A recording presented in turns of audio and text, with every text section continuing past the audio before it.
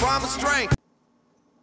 What's up, everybody? Bill Mack here with another edition of Pro Wrestling Unleashed. Glad you could join me for this edition, folks. This is the Smackdown recap for September the 5th, 2017. Smackdown just ended.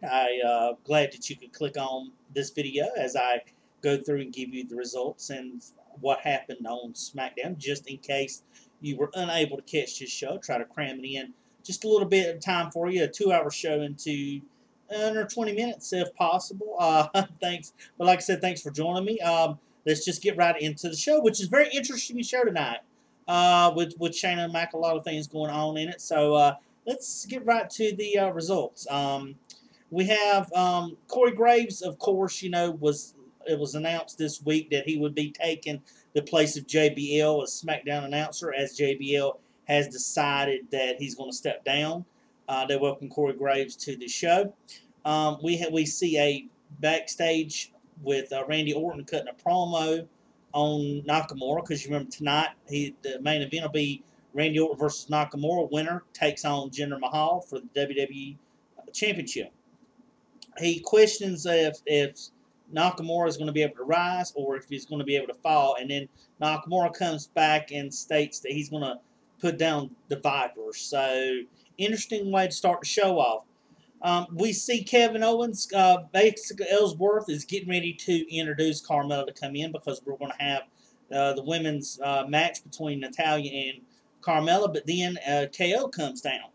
So then he says he's got a few things he wants to say. He's going to be, he states that he himself is going to be the referee of that match, which prompts Shane to come down. And then we see a promo between KO Shane, where KO gets really personal with Shane McMahon, and at one point he states that all of his family would have been better off if Shane had died in that helicopter crash that I had mentioned that happened a few months ago. And he started talking about his family, and that was enough for Shane. Shane went ballistic. Shane started attacking KO inside the ring. It transpired to the outside of the ring by the announce booth, and Shane kept attacked KO until the security came out there, and Shane left. And Daniel Bryan looked and kind of, just looked, kind of like he didn't know what to say. But then we see KO mention that he's going to sue Shane McMahon and this stuff. So it looks to be deceived. It looks to be one heck of a night with Shane. We'll see what happens later on down in the show. We see basically we do finally have the match. We have Natalya taking on Carmella. This was a pretty decent match, not very long. As some of these matches haven't been, there was a lot of promos in this thing, a lot of short matches. This was one of them. We get down to the ending to where Carmella goes and she super kicks Natalya, and then as she starts to pin Natalya, the briefcase Money in the Bank contract, comes flying in, and then she realizes, she's like, I'm not ready to cash this in, no. So then she gives it to Ellsworth, throws it back out to him. She gets distracted and caught up fussing with Ellsworth, which allows Natalya to get the roll-up win, and then she gets irate after the matchup at Ellsworth and tells him that, he's worthless as a human being, and she tells him that whatever it is between them, that they're through, that's it. And Ellsworth looks so sad. The fans were kind of like sad, like, oh, when they were hearing this going on. So the breakup of Carmella and Ellsworth, is that what we're seeing, folks? Stay tuned. Well, then all of a sudden, folks, we see the re-debut of Dolph Ziggler. We've been seeing this for a few weeks. He was gone away for a while. Then he was going to come back. He was supposed to re-debut tonight, and then he starts talking like that the WWE universe doesn't appreciate his talents, that they only want a gimmick to have. So then he says, okay, hold on. So then we see him leave, and then all of a sudden John Cena's music comes on, but it's Ziggler's entrance, but it's John Cena's music that comes on, and he comes out with a hat and with a Dolph Ziggler initial towel or whatever, and he starts mocking John Cena, talking into the camera, and then he says, oh, you must want nostalgia, huh? So then all of a sudden he comes out, and then he comes out to the Macho Man's theme music. He has a red robe on, and this woman who he claims is Elizabeth, he says, "Oh, you're not buying that either." So then he comes out and he has like this glowing hair extensions and this stuff. He's mocking, obviously, Naomi's entrance and stuff. And he says, "This isn't working out for me." And he basically tells the people that he says, "You actually want dumbass stuff like this. You know, anybody can do this stuff." But he said, "Nobody can do what I can do in the ring." And then he leaves. So that was it. That was the re-debut of Ziggler. He's the man who did a bunch of gimmicks that didn't work and says nobody can appreciate his talent. So that's where he's going out with it. Yet again, when I was talking about earlier about the quick matches, this is another one. Sami Zayn ends up taking on Aiden English as Aiden starts singing. He gets cut off, the same thing every week. It was a very short match. We've seen that Sami ends up going up to the top to hit a splash. Aiden rolls out of the way, and then he goes over quick enough and rolls up Sami Zayn for the pin, for the win. And he doesn't hold the tights. I mean, Sami misses a splash, he rolls him up. That's the matchup. That's another quick match that Sami's lost to. So remains to be seen what's going to happen unless they're turning Sami heel to why he would lose all these matches so fast. So remains to be seen, but we'll have to keep an eye on that. We have a backstage segment. You know, Daniel Bryan was on the phone, and he was talking, and you could see he had this serious look. And then all of a sudden, we see the Usos come out there, and it looks like they've got, I don't know, it's like Connor's Cure underwear, maybe. I couldn't really tell what that was, or tights.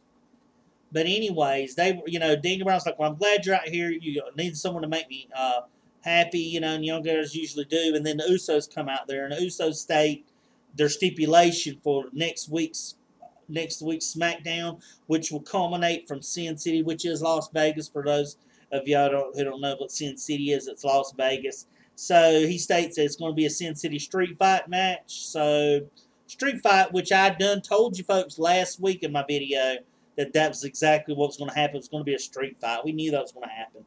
But I'm looking forward to seeing this matchup because the Usos have been really high since they've turned that heel gimmick and made it work for them, and it's really made them a lot better than what they were doing when they had their babyface run. So then we see that the lovely Renee Young is she's interviewing Jinder Mahal, and she asks him, and he says he'll be watching in his personal suite, and she asks him who would he rather see would he rather face, and he says it doesn't matter because Shinsuke doesn't represent his country well. He says no matter who gets it, I'm still going to be WWE champion, and then he goes. So very confident. Going to be watching the main event tonight from his personal suite again. So remains to be seen on just how the matchups are going to be. Because he's already stated he beat Randy Orton numerous times, and then that's true. But it remains to be seen on where they go out with this.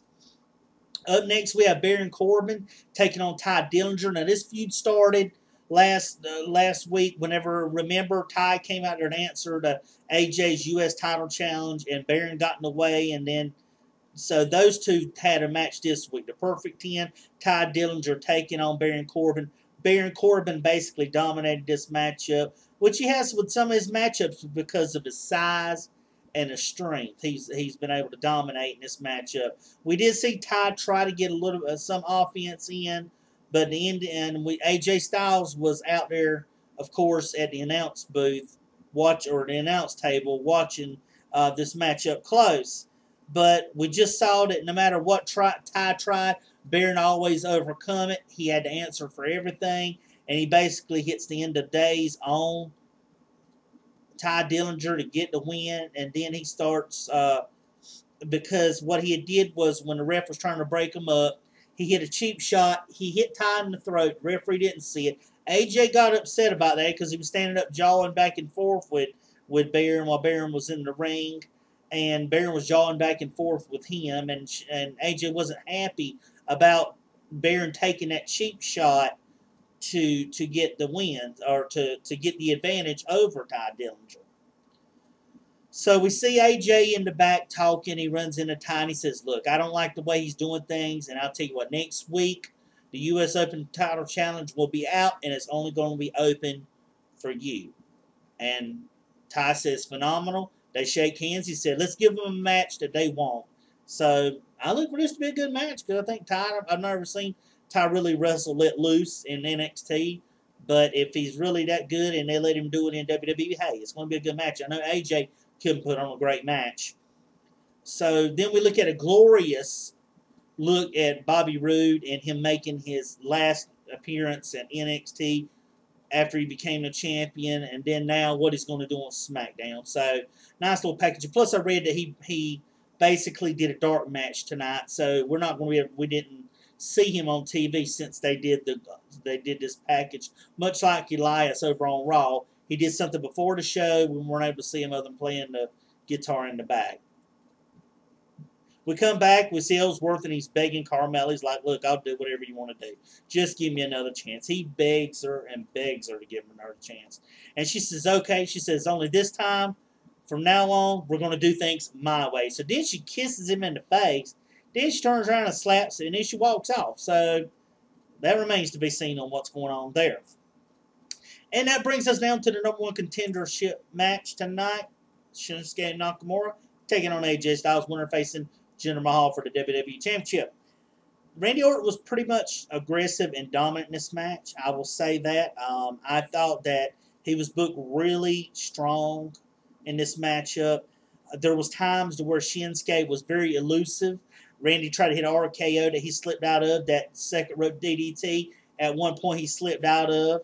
He tried to slip out of it on the outside. Shinsuke was very elusive this match. Shinsuke, however, did at times have his offense with his strikes, knee strikes, and kicks and stuff. So he did have some offense, but Randy looked very strong in this matchup. So we end up at one point, Randy takes Shinsuke and drops him over the back of on the announce table on his back. So really, really painful moment for him. But when it all comes down and says it, folks, it ain't how much you win as long as you get the win in the end. And that's what happened. Shinsuke ends up getting Randy Orton caught, hits the Kinshasa on him. 1, 2, 3. Here's your winner, Shinsuke Nakamura. He goes on to face Jinder Mahal for the WWE Championship. So, looks to be good. I myself thought Rusev maybe was going to come in, but Shinsuke won it clean, which I guess that's doing the duties. And Randy, letting him go over and pinning him clean. Thought this was a good matchup. So we see some storylines here, some between Ellsworth, some between Shane and KO. Like I said, we got 3 title matches announced for next week. The women's title match between Naomi and Natalya. We have the tag team title match between the Usos and the New Day. And AJ takes on Ty Dillinger for the U.S. title challenge. So that will be all for my video for today, folks. Like I said, if you do, like and subscribe, share my video, upvote me if you're on VidMe. Follow me on VidMe as I'm trying to get my channel open there and get it verified. So all I can and will do that. Appreciate it. And I'll pop out more videos. So until next time, this is Bill Mack saying, with Pro Wrestling Unleashed, take it easy.